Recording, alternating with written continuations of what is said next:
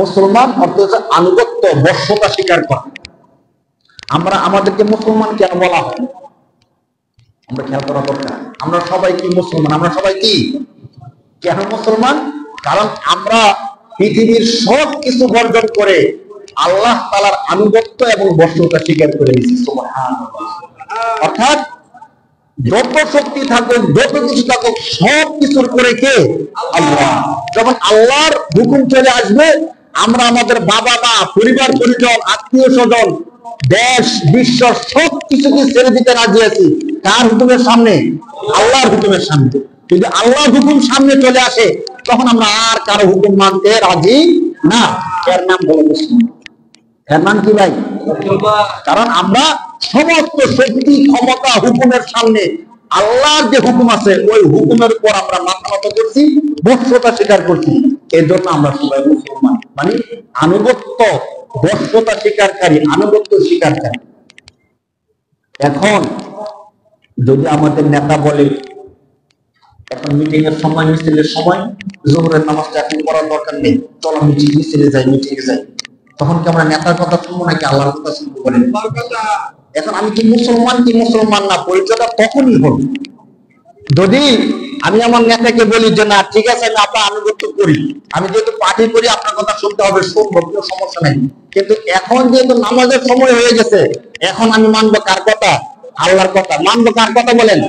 তখন বুঝা যাবে যে আমি মুসলমান। তখন আমি কি? যদি আমি তখন আমি আল্লাহর আনুগত্য না করে নেতার আনুগত্য করলাম, তখন কি আমি মুসলমান? তখন তো আমি মুসলমান হলাম না। আমার পারিবারিক সমস্যা সৃষ্টি হয়ে গেল, টাকা পয়সা দরকার, আমি কোনোভাবে টাকা পয়সা পাইতেছি না।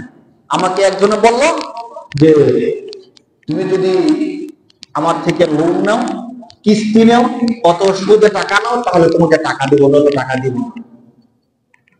ওই ঠিক কঠিন মুহূর্তে যদি আমি বলতে পারি যে না, সুদ, কিস্তি, লোন এই সবগুলো আল্লাহর পক্ষ থেকে হারাম, আমি আল্লাহর বিধানের সামনে তোমার কথা মানতে পারবো না, তখন আমি কি বলেন? তখন আমি কি? আর তখন আমি বলি যে না সমস্যা নেই, দেন, সুদ হলে সুদ নিয়ে দেন, কিস্তি দিয়ে দেন, ব্যাংক লোন হলে ব্যাংক লোন দিয়ে দেন, আমার 5 তলা বিল্ডিংটা পুরো করার দরকার, 3 তলা করে রাখছি, আর 2 তলা করতে বললে আমি কমপ্লিট করতে পারি, আমি মরার আগে আমার বিল্ডিংটা কমপ্লিট করতে চাই। অনেক ভাই এই বোকার মধ্যে পড়ে রয়েছে, 1 তলা বিল্ডিং করা আছে, ফাউন্ডেশন 5 তলা। তো ব্যাংক এসে বলে যে আপনি তো চাইলে আমাদের থেকে লোন নিয়ে বাকি বিল্ডিংটা করতে পারেন। বাস্তব চিত্রগুলো বলতেছে, এক ব্যবসায়ী আমার এসে বলতেছে যে এমন দিন বাদ নাই যেদিন ব্যাংক থেকে অথবা কোন একটা এনজিও থেকে আমার এসে বলে না যে আমাদের থেকে আপনি কিস্তি নেন, লোন নেন, সুদ নেন, আপনার ব্যবসাটা বড় করেন। মানুষ কতক্ষণ দুর্বিধর্ম বলে? পারিবারিক একটু সমস্যা সৃষ্টি হলে, টাকা পয়সার সমস্যা সৃষ্টি হলে তো বারবার বললে কথা মানতে মন চায়। মানুষ না আমরা? আমাদের কি দুর্বলতা নাই ভাই?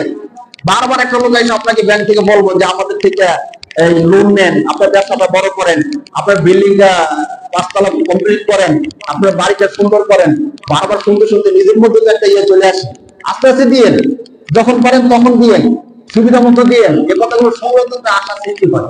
আমরা অত মানুষ, আমাদের সাথে তো শয়তান আছে, আসনা ভাই কি কর?